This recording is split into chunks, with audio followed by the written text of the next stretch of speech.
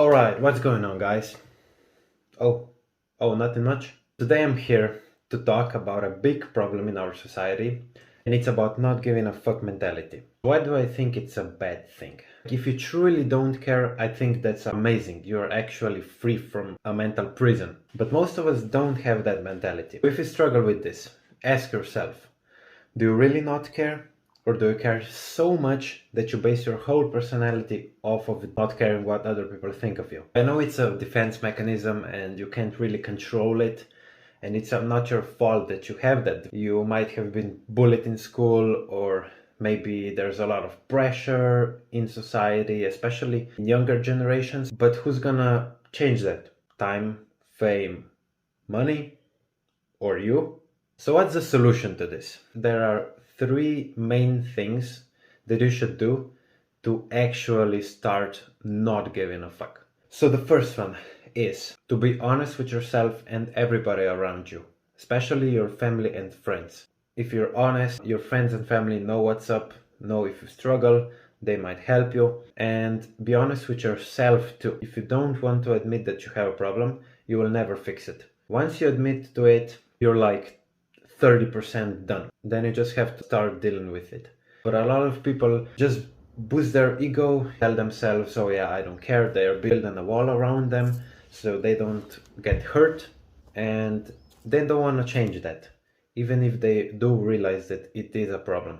So the second thing is to do the things that you enjoy and stop doing the things that are ruining your life. For example, if you're going to a school that you absolutely hate and it's ruining your mental health, you don't want to live anymore, questioning everything, you don't want to wake up every day, like, is that school really worth it? You think it's lowering your confidence? Because it probably is. Or maybe you have a shitty job you don't want to do, or maybe you're in toxic relationship, or you have a toxic friend and you can't get rid of them. It's not impossible. It's on you. You can get rid of them. You just have to tell them, be honest, and just let them go. Ask yourself, is it worth it or is it not? Only you know the answer. But I know that most of us don't live our lives to the fullest. We can always improve. So the third thing is to do things that make you happy. Things that you enjoy and things that make you happy aren't necessarily the same, because most of us, when we have a goal, we tend to procrastinate a lot and we don't work towards it, although we want to. And this is one of the things that makes you happy, but you just keep avoiding it. So they are the things that you have to do, and maybe you want to start doing them, but you don't because you procrastinate. They do become fun eventually. They are just boring to start with. So here are a few examples of what those things are, but it's totally individual. You have your own ones, I have my own ones. For example, waking up early, taking care of your homework, finances, bills, taking cold showers, cleaning your room, going to the gym, meditating, reading books, making great relationships with your friends and partner, working on your business goals, going to bed earlier, instead of just scrolling on TikTok for 4 hours a day, binge watching Netflix. It's okay to watch a movie from time to time, to scroll on TikTok from time to time, but it shouldn't be your lifestyle. It's a reward. You shouldn't be coming home from school and start to scroll on TikTok, for example. It should just be a reward. Same goes for video games and all that stuff that give you a high dopamine rush. Plus, if you ignore the things you have to do, they start to stack up in the back of your head and they become really heavy over time. They are telling you, oh yeah, you have to do me and me and me and me.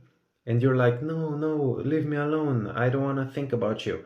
And you just run away from them. And then you lose your self-confidence because you're not doing what you should do. So maybe you're just confused now. What does this have to do with not giving a fuck about other people? Like, how does cleaning my room help with not caring? Here's proof. For example, imagine yourself in these shoes. For the past year, you've been waking up early.